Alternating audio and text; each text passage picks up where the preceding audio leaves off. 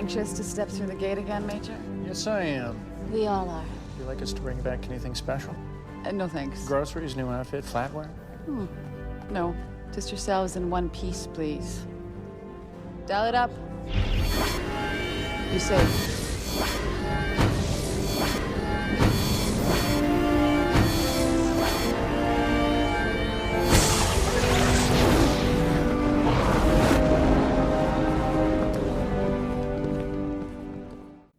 Welcome to the Jumping Puddles podcast.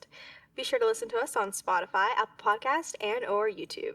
And follow us at Jumping Puddles Podcast on Tumblr and Instagram, and Jumping Putt Pod on Twitter. And if you want to support our podcast, please check out our coffee. Hi, I'm Sam, and with me are my fellow co-hosts, Tor and Ash. Hey! Hello! And today we're talking about Season 3, Episode 16, The Ark. Lieutenant Colonel John Sheppard's team discovers a moon base where the last of a race of humans are stored in stasis, using a reverse-engineered wraith beaming device. They soon discover, however, that the entire population is in danger when the station is damaged through the suicide of a recently awakened resident, and the moon threatens to crash into the planet. Dun dun dun! I feel like this is kind of a surprisingly solid episode that gets forgotten a lot. Absolutely. Absolutely. I had way more fun watching it than I remembered. I was like, oh yeah, the Ark, like, not so memorable. But then rewatching it, I was like, actually, it was very memorable. It's a really good episode. I blame the forgettable part on the fact that the people or the culture featured in this episode is just so fucking dull. True. And they do not stand out whatsoever. I feel like that's the only part that like really brings down the episode, because I think everything else is like really fun, and like we never really see the team in this type of like race against the clock scenario. But the people and the culture of the Pegasus once again let us down a little, because I, for the life of me, have no idea what their name is. As soon as I watched the episode, I think in the episode they say it, and I just immediately forgot, because it was just so insignificant. And they also have no distinctiveness whatsoever. Do we know anything about them other that they were culled by the Wraith? They bombed themselves. They did do that. That's Yay! pretty special. Woo! And they built a base on the moon, so they were like spacefaring, but yeah, there's nothing there. That's true. That's probably like the reason why, because like it is very, very like alien of the week, like this episode, but without the alien part, kind of. Exactly. It's just kind of really bland. And no offense to the actors, the guest actors as well. Like, they obviously did like fine, but there's just nothing unique. And I do feel like 3 seasons in, I think we're really starting to feel kind of how say empty, just maybe underdeveloped some of these cultures are, and they kind of just start to blend together into like one group. Mm-hmm. And I do feel like that's the reason why this episode kind of gets fallen, or kind of gets, forgotten about and kind of shuffled under a few of like the other random filler episodes.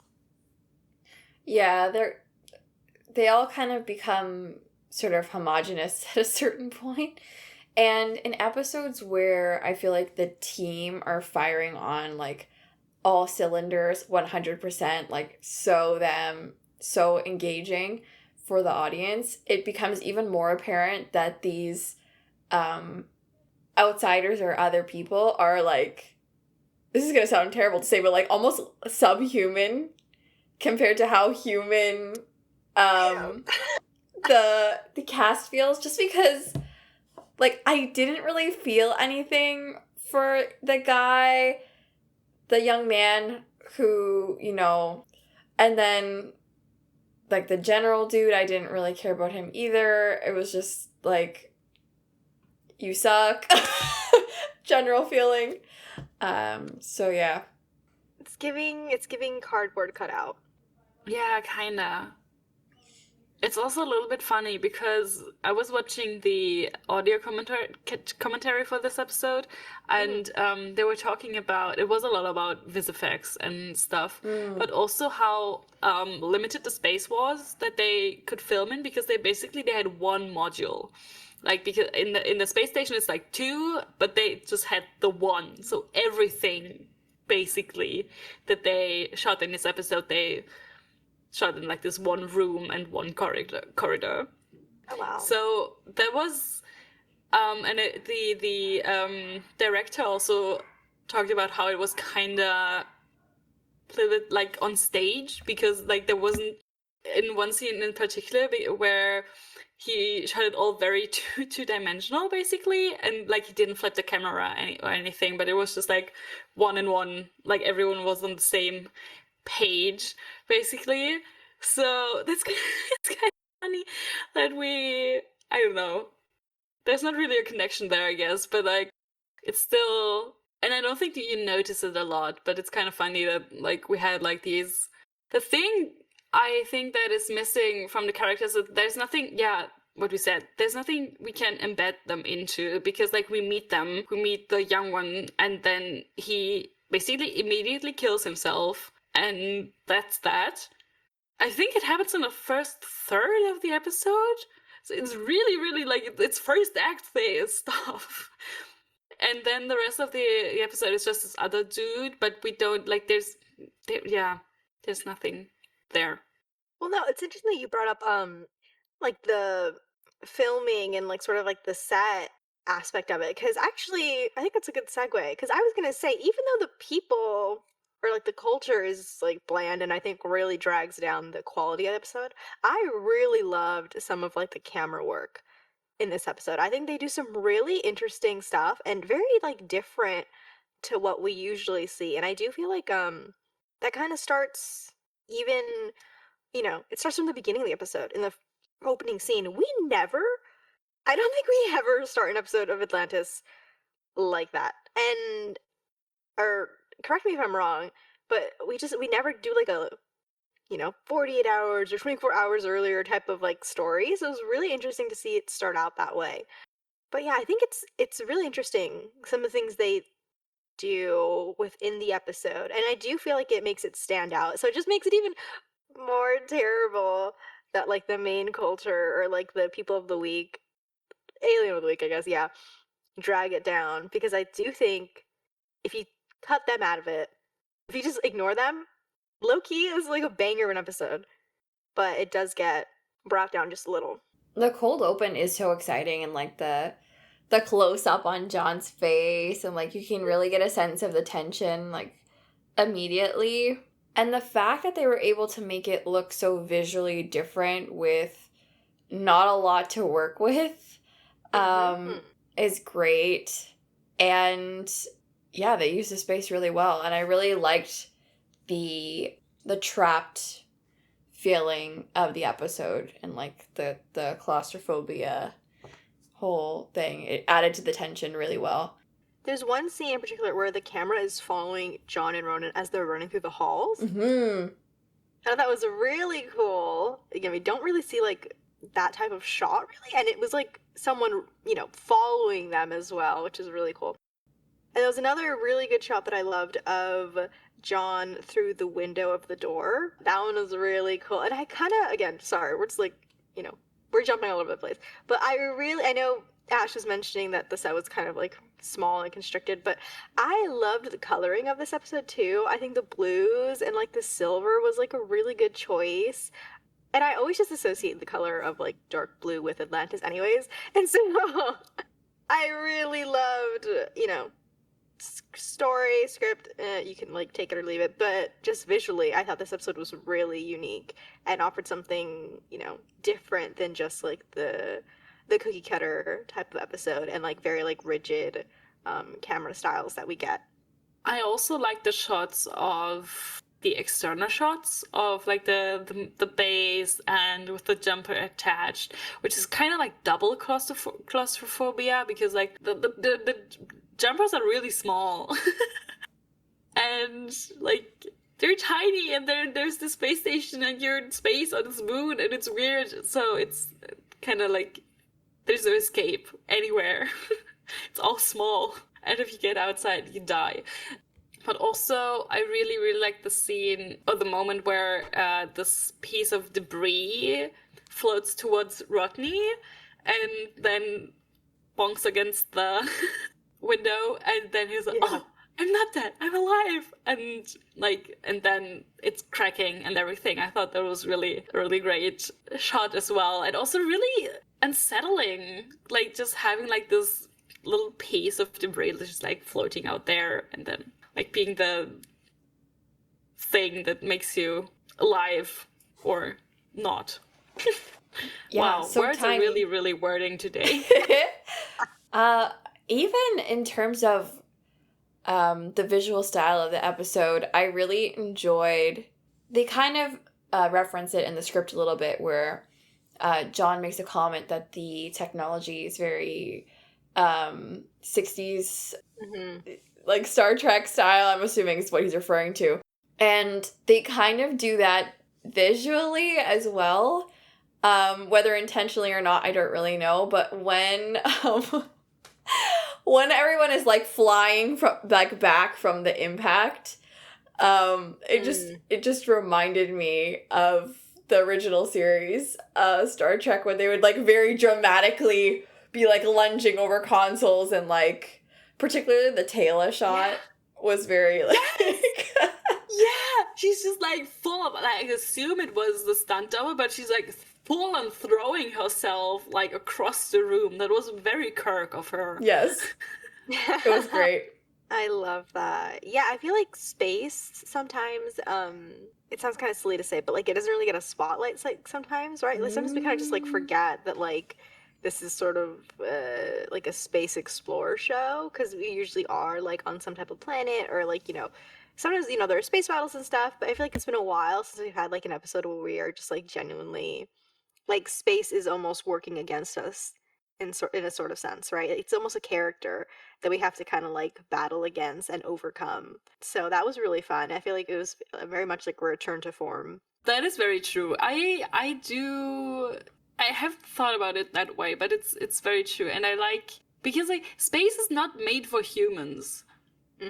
But we still are stupid enough to go out there, and in science fiction even more. But yeah, it's a good reminder also, like, just how hostile space is, even the uninhabited one. Because yeah, it will just kill you if you're not careful. Yeah, and it's a nice reminder that like our characters aren't invincible, which is something I feel like we've been kind of touching a little bit on, and be complaining a little bit on, that sometimes you know, Atlantis feels really safe after season 1. It doesn't feel like it just doesn't feel like there's a lot of tension at times, right? Because we kind of, you know, we know how the story goes. Our heroes are going to be safe, but it is nice sometimes to get a little reminder and to see them like struggle with something, because it's like, oh yeah, things aren't easy actually. Like, they are still very much humans that could just die and get like sucked out into space, and it's like over. Like, that'd be it. So it was a fun episode just to get some tension up again. Yeah, and how incredibly fragile life is in space. Like, the whole suicide attempt causing this cascade of things to go wrong for the rest of them, where like it was problem after problem after problem after problem with like no solution, was wild. Very on brand for Atlantis to come in to try to help and then immediately make everything 10 times worse, and then almost kill everyone, actually. Like, very much. But maybe we should dive into some actual character stuff, because I feel like, in a way, there's some really like underrated moments here. I have to say, Rodney was fucking cracking me the fuck up. I know he didn't do much in this episode, but these are some of my favorite Rodney lines of all time. And I'm a little mad that there's one, Rodney's little yay, faint hope, and they didn't show him saying it, and it makes me so mad because I would have overused the fuck out of that in like in an edit or something. But like it's sort of him saying it. I think they're focusing on John, so it's like just like his voice saying it or something. But cracking up. I loved Rodney in this episode. The sassy science was at an 11 in this episode, which was so great, especially in combination. Even just the beginning, Rodney being so excited about the prospect of this new technology that potentially there could be on this moon, and everyone's kind of long-suffering, like, can we just go home? This is so boring. Meanwhile, this is, like, Rodney's bread and butter, and basically probably the reason why he agreed to be on a gate team in the first place.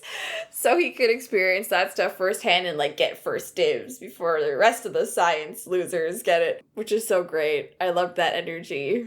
And also, okay, his I never really got to know him line cracks me the fuck up. Fucking shot. Again, sassy Rodney, love him so much. But I love when he's sassing at John too, to the point where John's like, "Oh wait, okay, all right, like leave me alone. Like I get it. Like you're not in a good mood. I'm not in a good mood. Like let's wrap this up." Cracks me up. And in a way, I also really love. We don't get a lot of it, but I'm gonna like count it as like a huge crumb. But in a way, this episode is sort of like a Rodney, Teyla, John, and Ronon kind of focus, like on the pairs. And that was really fun because I feel like, again, we're always talking about we never get enough Teyla and Rodney stuff, but I feel like they really thrive in this episode as well. For sure. I didn't really want to laugh, but the things that Rodney was saying, like, so dry, were making me crack up because I didn't really care about the guy either. So, like, I thought it was kind of funny when he was like, Sammy's suicide, and like making comments like that. Like I was like, damn, that's really rough, Rodney. But just so he's wild, and like his very negative outlook on the situation, and having to be like redirected by John, to think more positively about what they're going through.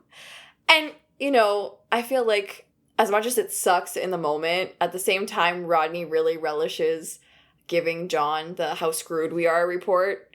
Yeah. For many reasons. He loves to say, I told you so. For sure. I just know getting in an argument with him would be so fucking annoying because he'd whip out the I told you so every 3 seconds. And he would be like... Yeah. I thought he was very weirdly sweet in this episode, towards the team. Not weirdly, I mean... but just in contrast with, like, the other guy who died. Yeah. He was, like, he wanted them all to find a way to meet back up so that they could die together. Like, that was really... That's not a very logical thing, but he wanted to do that, which was really sweet. And I was like, oh! How romantic. Never beating the polyamorous allegations. No. But yeah, and I also think yeah, his interactions with everyone were just great. But I really loved the scene of Teyla and Rodney like trying to bullshit the older guy. It was really endearing. Or Teyla like essentially like, leading him on, being like, no, Rodney, right? Like you can do it, right? Like you'll figure it out. And Rodney eventually catches on, and he's like, oh yeah, sure, yeah, we'll be totally okay. And it cracked me up so bad. Because we also, I guess, found out that Teyla's a fucking horrible ass liar, because that was really bad. Really shoddy work from her. It's not the first time that she has to, like, kind of, like, she wasn't covering for him, but, I forget which episode. Oh, Aurora, right? Yes. When he is right. in, and he and John are then both in the pods, and she's just bullshitting the fuck towards Caldwell, and then it works. That time I was really, really impressed, but this time really was really, really bad. It's because she didn't have Ronan backing her up. Yeah, probably, yeah. Speaking of Teyla, though, you know what? I'll say it. I don't even give a fuck that she was just a damsel in distress this episode. I don't give a fuck. I'm just happy she's doing something. Oh my god, yay! Yeah. Wait, this actually is like a good... Okay, let me not say good. But we get some, like, really decent, like, Teyla crumbs. In a way, you know, we haven't gotten a lot of Teyla in season 3. I think we've been yelling about it like every fucking episode. There's always a section of us just being like, where is Teyla, by the way? And so it was so refreshing to get an episode like this, even if she is just a damsel in distress by the end for the male to save. I don't give a fuck. So I really loved how much of like her character was on display. Just even from the beginning, her, saying it's all right, you are among friends, to the man as they beam him out or whatever. And throughout this whole episode, she's trying so hard to just talk to them and also just like, understand them and like help them. And I kind of love in like a weird sense that like it kind of backfires. Because I do feel like, you know what, Teyla, these people do not deserve you. Using her own kindness against her was really sick by the old man. But he was like pulling a gun on her. Like it was crazy, and I felt so bad for her. But I also just loved it because we never get to see her in these situations really. And I kind of wish she would have been able to get out of it on her own. However, I do know that probably wouldn't have been as interesting of like a climax. But whatever, I'll take it just because we got to see so many like sides of her that I feel like we haven't seen in a while. Yeah, and I think Rachel's performance during the hostage situation scene was so good. Like, even when she wasn't talking and they would just be shooting her face and holding the walkie-talkie, like, amazing facial acting, which she always does when they don't give her lines. But her monologue at the end there was also really, really good. Like, you really get to understand Teyla as a character through that, like her compassion, and understanding her empathy for people, even when they're doing something really shitty to her. That part where she talks about the memories and preserving the memory of the people, and that it is worth more, or at least something of, like, obviously it's not what Jamus, I think that's his name? I think so. Wanted for his people. But it is something, and it's better than nothing. I thought that was really, really strong. And I also liked that it's kind of funny because like the enemy here is or was the Wraith once again, back when they were creepy. And like Teyla can relate to that. And she can relate to her people being called, but she can't relate to someone blowing up their planet to like save himself. But I thought that was a really cool perspective as well, and I'm glad that we got it from her because yeah, we bitch about it all the time that she's like they don't use her knowledge or her experience in the Pegasus galaxy, and as someone who has been hunted by Wraith her whole life. So I thought it was cool to have a different take on how to fight Wraith, and also a different way how to lose to the Wraith once again, in a way. And have her there in this confrontation and be like, hey, listen. Buck up, basically. Yeah, so I really, really love that scene. Yeah. Yeah, it definitely speaks to her strength of character, and it's nice to know what she would do in that sort of situation. Yeah. Ooh. Usually we're left wondering, we're like, what would Teyla or Ronon do? Because they're usually, left out or to the side, and we have to kind of like fill it in with like, fanon and also canon. But yeah, you're right. It's nice to finally get an episode where it's like, oh no, we know what Teyla would do in this situation because we're seeing it. And like, that's canon. Like, that's something, we don't have to theorize and like maybe get wrong. Like, no, like that, this is how she would do it. So I do love that. And I also just love how she always sees the best in people. Like, no matter what. I think her strength and her perseverance are some of, like, my favorite, like, character traits of hers, especially in a team, like, the Atlantis team, where obviously I do think, they're strong and they persevere in their own ways, but Teyla does it, I think, in a very, with a very kind heart. A very empathetic soul that I don't think the others have as much. maybe Ronon a little. You can give or take on John and Rodney. But yeah, no, it was really nice to see her in this role. And I know this episode, and then I know Submersion is also a pretty good Teyla episode. So I'm really excited. I'm really happy that like we've been getting like some really good Teyla recently. Because it's just what we've been yelling about for months, years maybe. True, very true. I will say, as a little transition, so we can transition into something else. But skipping ahead to that end scene, I do love, Carson, and we get a little tale of Beth, worried about her in the infirmary, which is really great. And then we get a little scene of John, like, checking up on Teyla. And I have to say, though, we need to kill John with, like, huge hammers. For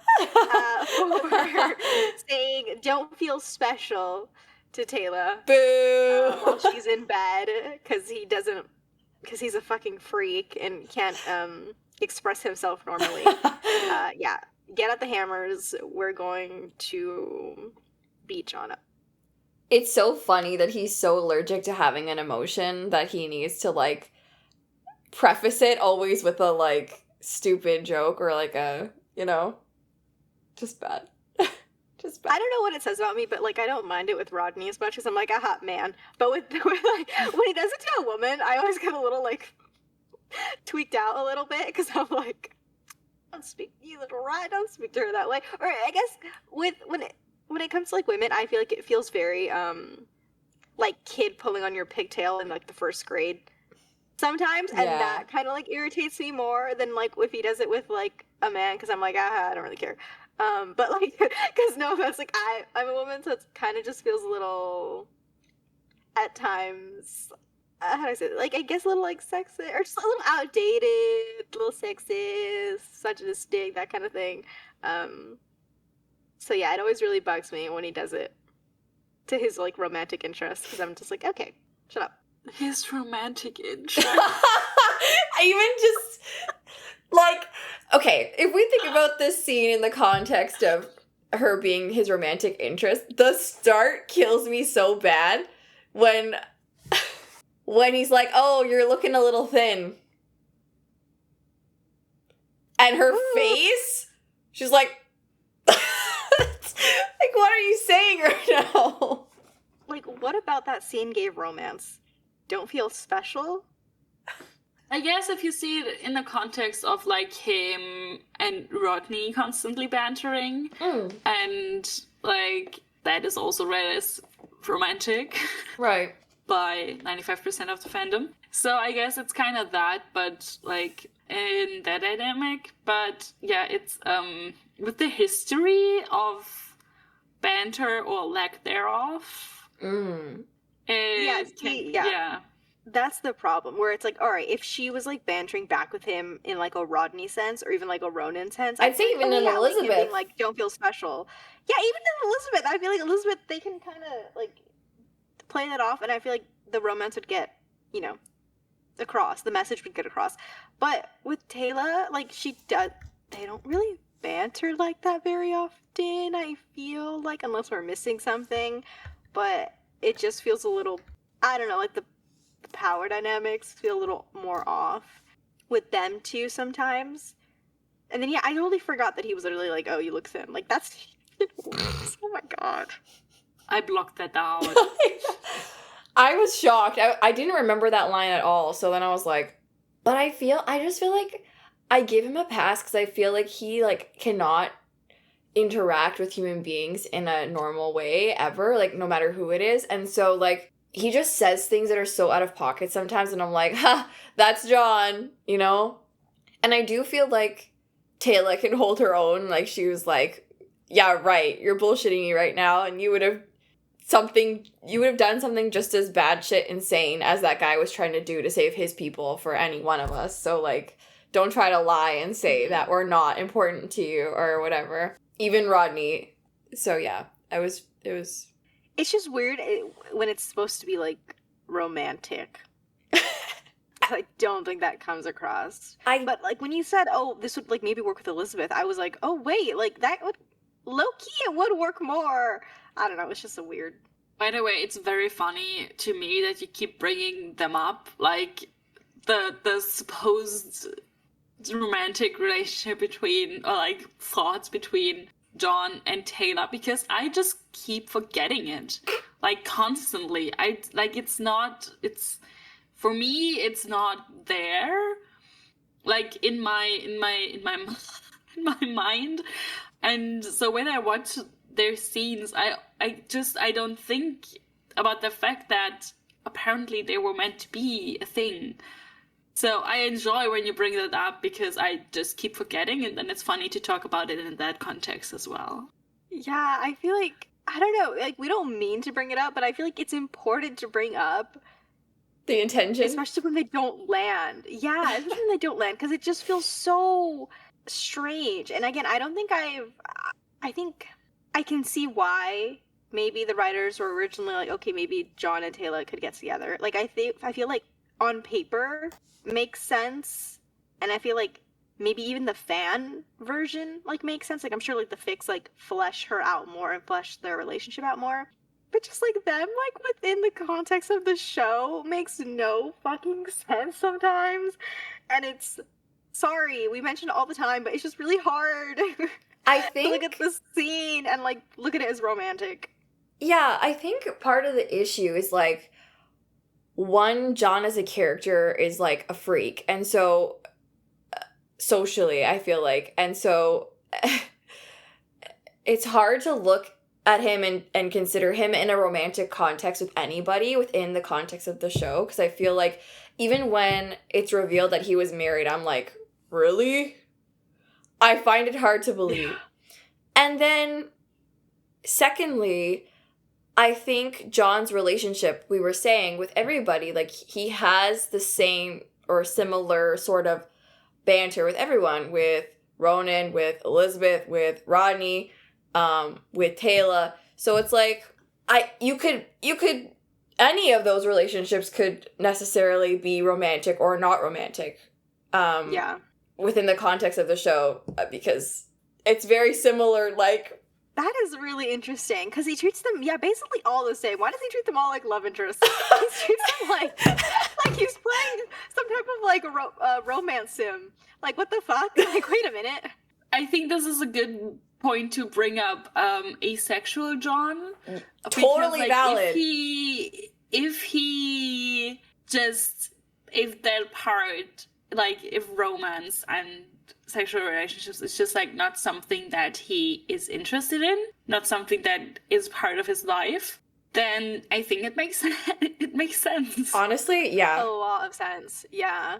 That is a really good point, because I do feel like I've never looked at it at the way that, you know, like, oh, he treats them all the same. But now that we're talking about it, I'm like, wait a fucking minute. Yeah, because consider... It kind of really fucking does. Consider, like, what he did for Teyla in this episode.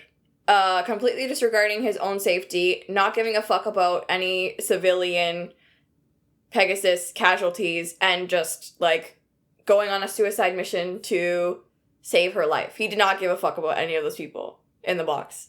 Especially not that one dude. Similarly, he does the same for Elizabeth with the nanite situation, where, like, she's stuck in the thing, and he, like, risks contamination to save her. Like, again, doesn't care about himself, just cares about helping her. Rodney, when Rodney goes to Earth and is abducted by that guy, he literally feeds the guy to a wraith so that he can save Rodney primarily, and also make Rodney happy by still saving his sister at the same time.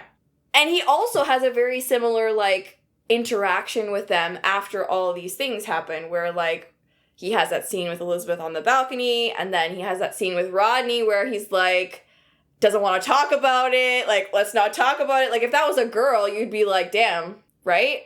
I feel like we just cracked some type of code. Yeah. Whoa. Yeah. No wonder he's like the Phantom's fucking bicycle. Like, oh my god. Everyone shares him with everyone because he treats everyone like a romantic interest. Or just like as a friend, because he maybe like doesn't feel like romance, so he treats them all the same. Like, for him, that's like the ultimate, like, their relationship devoid of romance is like the ultimate connection. Like those Yeah.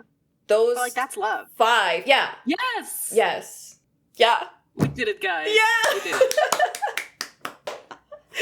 This is. Oh That's my God, why- my mind. I love this episode so much, and it actually, after I finished watching it, I was like, damn, I want to go read some fic now. Because, like, it just, like, gen fic, romantic fic, whatever it is, it's just, yeah. He's crazy. He is crazy. And I noticed that you didn't mention anything with Ronon, because I don't know if there's a similar scene with Ronon. But Satita, like, maybe? in this episode, yeah. And in this episode, like, he offers to, like, fight him to his death. So if, like, worst comes to worst, then he is still gonna sacrifice himself to make Ronon happy and not die in this, like, way that he doesn't want to die. Yeah, because we all know that John's not winning that fight. So. Sorry. So. Yeah. Yeah. Yeah. That fucking killed me. What were you saying? I think we mentioned, I don't know if it was on air or off air, but Dora was talking about, we were saying how we always say, there's not much to say about an episode. And then we're talking about how, like, we just, we'll then delve into, like, our usual, like, ancient rant or, like, our John psychoanalysis. Yeah. Whoops. We did, in fact, psychoanalyze John today. Cross that one off the jumping puddles checkbox. We should do a bingo, sorry, Yeah. of, like, our episodes. Like, 100%. Ancient Rant, John Psychoanalysis, Ash mentions Teyla Beth or something. Absolutely. Oh, man. Take a shot. We'd be dead. Dead. We'd be in the hospital. Well, speaking, not to... I know we've sort of thoroughly just stripped John as a character, but I did want to bring up another side to him that I do enjoy in, like, a sixth sort of sense. I just really love when John is willing to let anyone else die but his team. I think he's so crazy. And I think he needs help. And I like how his first thought was just like, okay, so we're gonna leave you to die then. Bye. And he is so, like, he does not care. The second he hears that Teyla is, like, being held hostage, he's like, give me the torch gun. And he's, like, just trying to open the door. Like, he is no mercy. He is ready just to kill a man. Does not care. Does not care for the 1,000 souls in that device. He is like, this is not our problem. Your culture can die. Fuck you, basically. And I also, again, love his... he loves a suicide attempt. You hate to see him coming. If there's a suicide attempt, John is there. He loves... He wants to die so badly in, like, a blaze of glory. Please, someone help him. He was just aura farming at the end. He just wanted to... of course, and he's so fucking bad. They're like, any last words? He's like, no. Like, he just wants to... He's such an edgelord. He's so crazy. But I love it. I love when he goes off the rails. So that was really fun for me. Oh, yeah. I second that. Couldn't have said it any better. Although I did think that it was so mean of him to say that, because, like, Rodney, he loves that boy. And, like, the way that he was, like, trying to convince John not to fly the ship, because he's like, you're gonna die. And, like, at that point, I think we know how Rodney thinks, so I think he already thought that they lost Teyla. And so he's like, hey, you're just dying for nothing, because this isn't gonna work, because you're gonna die in the crash. So he was, like, trying to convince him not to do it, and then the whole, like, bet with the, you owe me a week's pay, but you're not gonna be alive to pay me thing. And then when Rodney's like, any last words? You could have said something nice to the poor guy. And instead you're like, nah. Terrible. He's so evil. What? traumatized him so bad that he is just any second he's like, oh, she has to die, I'll take it. His savior complex, his martyr complex is just out of this fucking world, and it just kills me. He wants to be cool so bad. He's so edgy. He couldn't even say, yeah, like, I love you, or like, you know, but as like just like a friendship thing, like, you know, Thanks. send my regards, tell Elizabeth it wasn't her, tell Teyla it wasn't her fault. I don't know, some bullshit. No. No words. Nothing. Crickets. He wants to be cool so bad. It's like insane. And then I love also how it's like, we leave no man behind. Unless you're not Sheppard's friend. In that case, you can get fucked. Which I respect. He's loyal to like 10 people max. And if you are not one of those 10 people, he could not give a fuck. He is totally fine with letting you die. He would literally kill someone to keep any of his teammates warm. If they were like, I'm cold, he'd be like, knife. Stop. Here. I love that they let this man lead a team in a military operation. That, like, no one... Dr. Heitmeyer. The flagship team. Taking your credentials away, Dr. Heitmeyer. What do you mean you let this man run around the universe? It's so funny, Elizabeth's comment to him at the end of the episode, like, oh, are you in the infirmary getting your head examined because you're literally an idiot? Yes. She's so right. I love her so much. Like, what the hell? That was genius. The delivery, perfect. Speaking of Elizabeth, though, I'm sad we didn't get to see her much this episode. Yeah. Yeah, that one line was a banger, though. I was really happy. It was. And it was delivered while she was sitting on her girlfriend's bed, so... True that. At least we got an Elizabeth visiting Teyla's bed. I do feel like they love giving us, like, one scene a season of one of them injured and the other one, like, hanging out in their hospital room. And I will take it. I love it so much. I love womp and hurt comfort. Give it to me. It's great. And it looked so casual, too. It was really sweet. Plus, it was kind of funny because Carson was there, kind of third wheeling, but also like maybe just like silently supporting, like, you do whatever you want. I'm not even here. Like, he doesn't care. Yeah, Carson was there. Carson was there. Sorry, there's one line that I wrote down where like, oh, your friends are coming to save you, and they were like, yes, and Dr. Carson, Dr. Beckett as well. I was like, wait, he's not your friend? is he not their friend? So the question is, would John also kill anyone for Carson, or is Carson not one of his friends? Is he not in the top 10? I think he would. I actually think he... Well... I think he would. I think he would. Maybe not 100% for himself.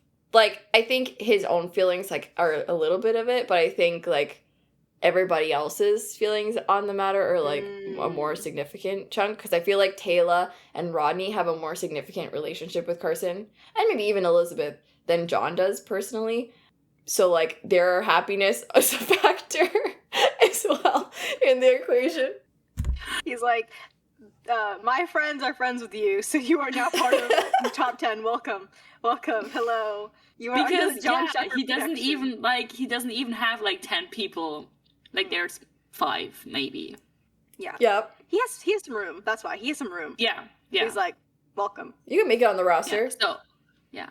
I can't have my friends be sad, so yeah. I'm gonna save you. So he's so stupidly Batman coded sometimes. Like I love it. It's so good. No wonder I'm so deranged about him. That makes it make more sense, honestly. Real. I was gonna say, you know who also popped up in this episode and who is also on John's top 10 list? Lorne! Hey! We love a Lorne ex Always machina. Nice to see him. We gotta start telling about Lorne's ex machina appearances now. Now that the dead list is kind of out of commission for a while, I think we can substitute Lorne in its place for sure. Yeah. Damn, what a promotion. I know. It went from like giant flying ships to just one man. But that one man is coming to save the fucking day. Yeah. Carrying the flagship team on his back, literally. Mm-hmm. I really liked Lorne and Rodney's interaction this episode. I think it was so sweet where Rodney's like, no, I can't leave because, like, they're still here. Which is, like, a really cute loyalty thing. Him echoing John's, like, we leave nobody behind sort of thing was really, really cute. And then Lorne being like, no, you're not leaving them. Like, we're helping them too. Just, like, help us help them. Which was really sweet. It's like a sane person talking to insane person. John's, like, propaganda, I feel like, has slowly been, like, infecting the Atlantis base where they're very much like, we're one team, can't leave each other behind. Like, it's probably very spooky. Like, you get dropped off by the Deadless and you're like, what the fuck is this cult? And Lorne's there like, hey, it's okay. Like, Lorne's the one sane person. And he's like, are you okay? Like, I know it's a lot. Like, talk to me if you ever need it. Like, it's okay. The toxic He's codependency the goes one. hard. Exactly. He's like, it's normal around here. He's like, it's not normal, but it is here. So I guess this is like a big culture shock for you. And Lorne going back to the Stargate Command would crack me the fuck up, though. Going back after just being, like, on the base for, like, 2 years. And he's like, oh my god. He's like, thank you, normal fucking people who know how to, like, clock off when work is done. I wouldn't say that she was as exceptionally good at that. No. And there is like SG1 is like 10? Yeah. So everything after SG3, I'm gonna say, can get fucked. Yeah. And even I feel like SG2 and 3 are just constantly changing because like they also can like kind of get fucked. Yeah. Pretty much. They kill me. Speaking of, though, well, just going to Ronon. Obviously, we don't get a lot of solo Ronon stuff, but I loved his interactions with John. I think, again, they make such a great team. And I fucking love whenever they have, like, this... I'm not going to say good cop, bad cop, because that they don't... no one's a good cop between them. But, like, bad cop, worse cop. I love whenever they will just pull out a gun at any, like, slight inconvenience. They are just always strapped and they're always ready for a fight. It cracked me up so much, and I just love their dynamic. Especially, there's a little scene at the end when John is about to die. And John's, like, saying bye. And he hits Ronan's shoulder, like his bad shoulder, and Ronon makes a little face, and I was cracking up. I was like, I feel that was a very, like, Joe and Jason improv moment, and I loved it. Boys being boys. I loved it. I feel like Ronon was just serving realness in this episode. Yeah. He had good awareness, social awareness in this episode, where he was like, you guys realize that guy's gonna murder that dude if we just leave them alone in a room together, right? Like, that's what I would do. I loved it. It made me die. It's like, thank you for your honesty, Ronon. Yeah, you're probably right about that. You're right. Also, he's fair. Also, Ronon opening the door for Rodney at that one point where he was, like, giving him some room to move past him in the doorway. I was like, what a gentleman. Boyfriends. Yes. Exactly. Exactly. We'll take the crumbs. Also, popping his own shoulder. He's so cool. He's too cool. And John's the pretty boy just looking absolutely fucking disgusted. 3 seconds from throwing up. He was horrified. Ronon, you are so badass. You are too cool. Please. That whole exchange was so funny. Just, like, Ronon being like, wouldn't you rather die fighting? And John's like, I'd rather not die, period, but go off, King. I was gonna say, liar. Yeah! He's so, like, cat-coded. Like, he's so convinced he has 9 lives. True. I don't really think I don't know. Do we have anything I feel like low-key? No, I just had a silly thing, which was, Rodney makes a comment, and he was like, oh, you should use an apple, to the guy about, like, storage space. And so I was wondering, do you think that Rodney is a exclusive Apple user in the early aughts? Like, that kind of surprised me. I don't know. That is really surprising. Was he being sarcastic? Like, I couldn't tell, really. Yeah, I never took him for an Apple guy. No. Yeah, let's pretend he was being sarcastic. Yeah. I don't believe that, actually. I don't think that's very true. Yeah, it was very bizarre to me. I was like, oh. It cracks me up, because I feel like Atlantis is in, like, such, like, this sort of, this like weird middle era where it's like obviously, you know, not fully like, you know, phone wise, like the phones aren't super invasive, you know, they're not always on you, you're right, you don't have like the cell phones and stuff like that, but then you Right. have like, you know, the prior decade, and it's like, oh yeah, okay, you had like the huge phones, the huge like the landlines and stuff like that. So I think it's so funny that Atlantis is like sort of trapped in between like this really interesting like era where it's just in the middle. And you know, especially in Atlantis, they just use like fucking walkie-talkies. But it just kills me. Like they're just like that random peak era where like like they didn't have iPhones and shit. Like before social media didn't like destroy everything. So it kind of cracks me up like to just imagine like them, or it takes me out when they like drop like little references like the Apple thing. I was like, wait, what the fuck? I was like, you should know what that is actually. Yeah. I know Apple was around, but I was like, you shouldn't know that. Yeah, I kind of love that era. I like that they like because they use like their tablets all the time. Elizabeth carries her everywhere, I feel like. But it's such a I don't know if it's nostalgic, but it's such a I feel like it has such a they have such a great relationship with technology at that time that they use it because it's useful to them.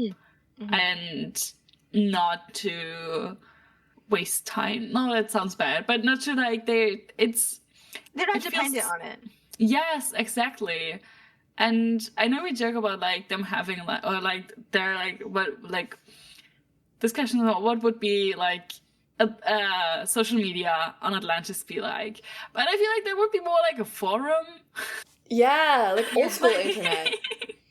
Yeah. Yeah, so I really like that era. They were like I feel like maybe like 5 nice years, and then social media took over and ruined everything.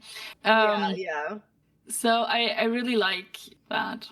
That's The social crazy. media, like, I don't know, whenever people do, like, social media AUs or stuff like that, I always feel like it takes me out with, like, Atlantis, because I'm just like, oh, yeah, because they're, like, they're frozen in, like, such a specific time where, like, I don't ever want to Yeah. see John with an iPhone.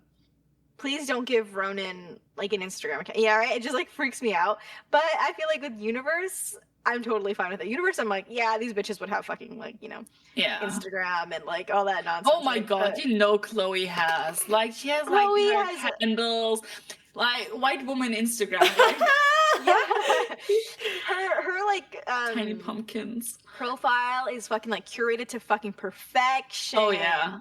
Yeah. Like you cannot mess that up. I know she is so fucking serious about her Instagram game. Yes, she is. 100%. Yeah. Yeah, I can't.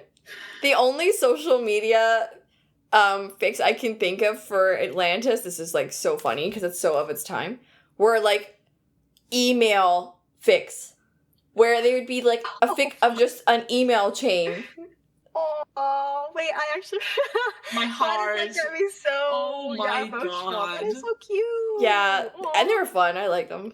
They're good.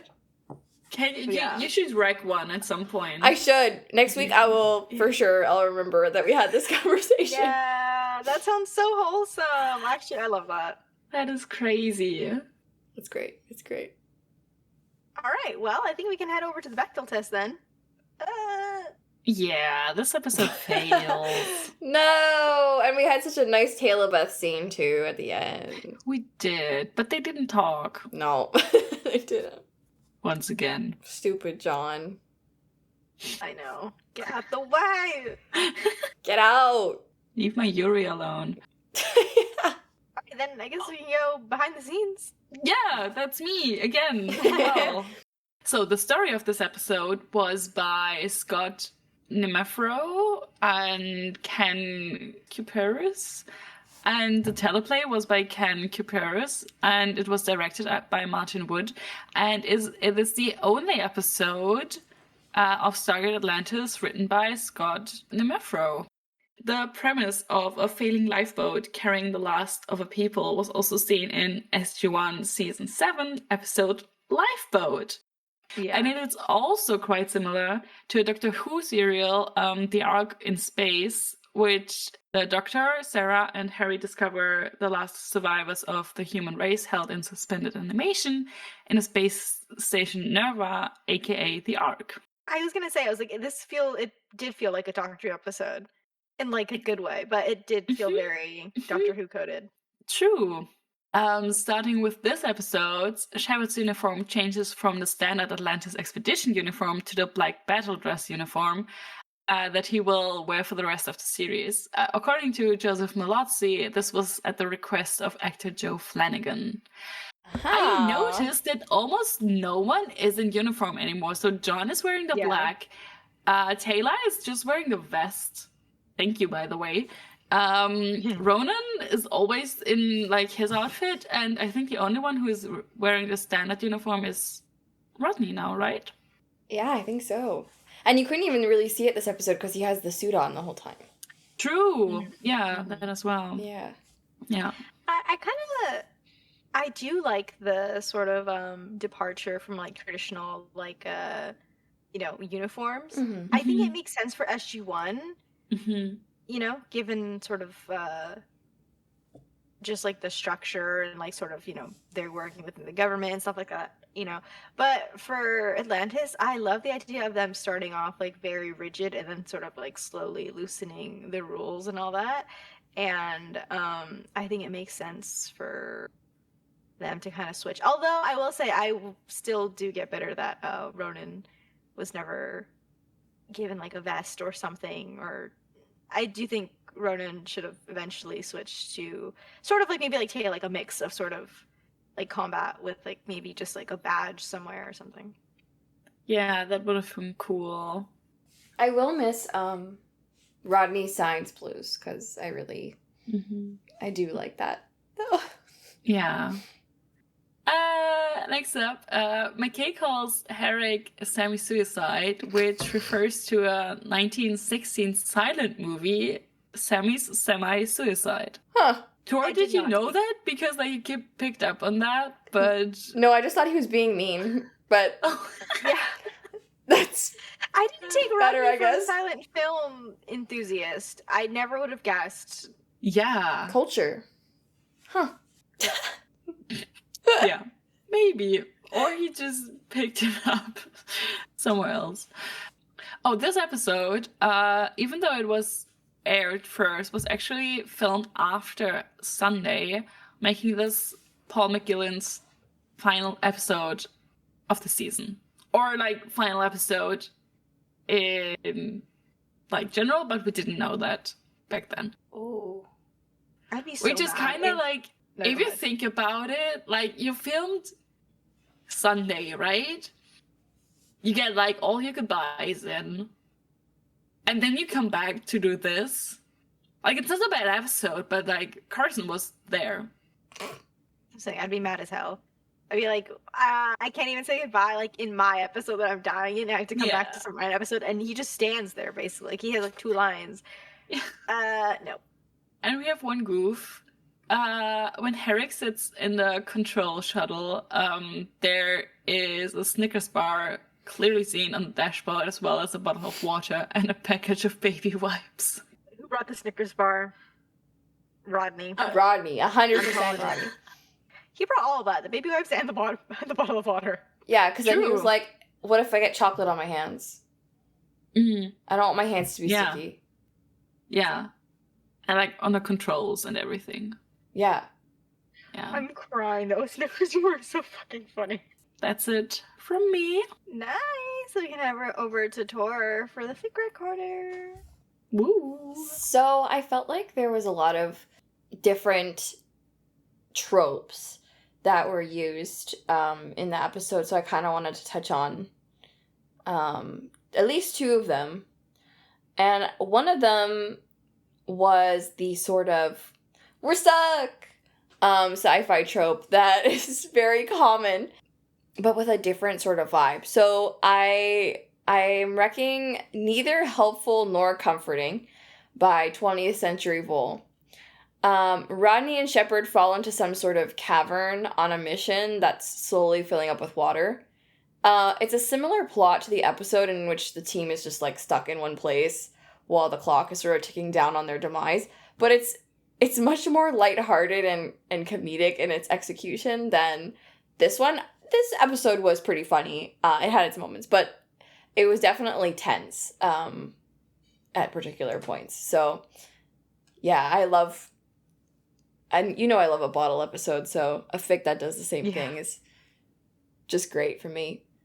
But another thing I really wanted to touch on was this leaving no man behind sort of statement that was repeated throughout the episode. So I'm gonna rec Rose Period by Chandri. And the summary for this is, people make bad choices all the time. That isn't Rodney's fault. So essentially, somebody tries to kill, I think it's Sheppard, off-world, and Rodney shoots and kills them to prevent that from happening. And he's not sorry that he did it, but he feels like he's supposed to feel sorry that he did it.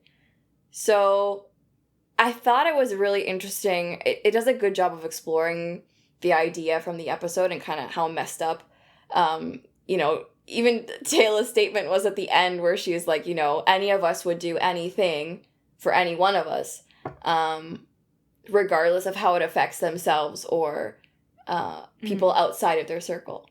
And it was nice seeing it from Rodney's perspective, because he, I feel like, is the most civilian of all of the team, if not Elizabeth as well. And it's interesting. He was never really put in that position, I don't think, on the show. So seeing that explored in fic is really cool.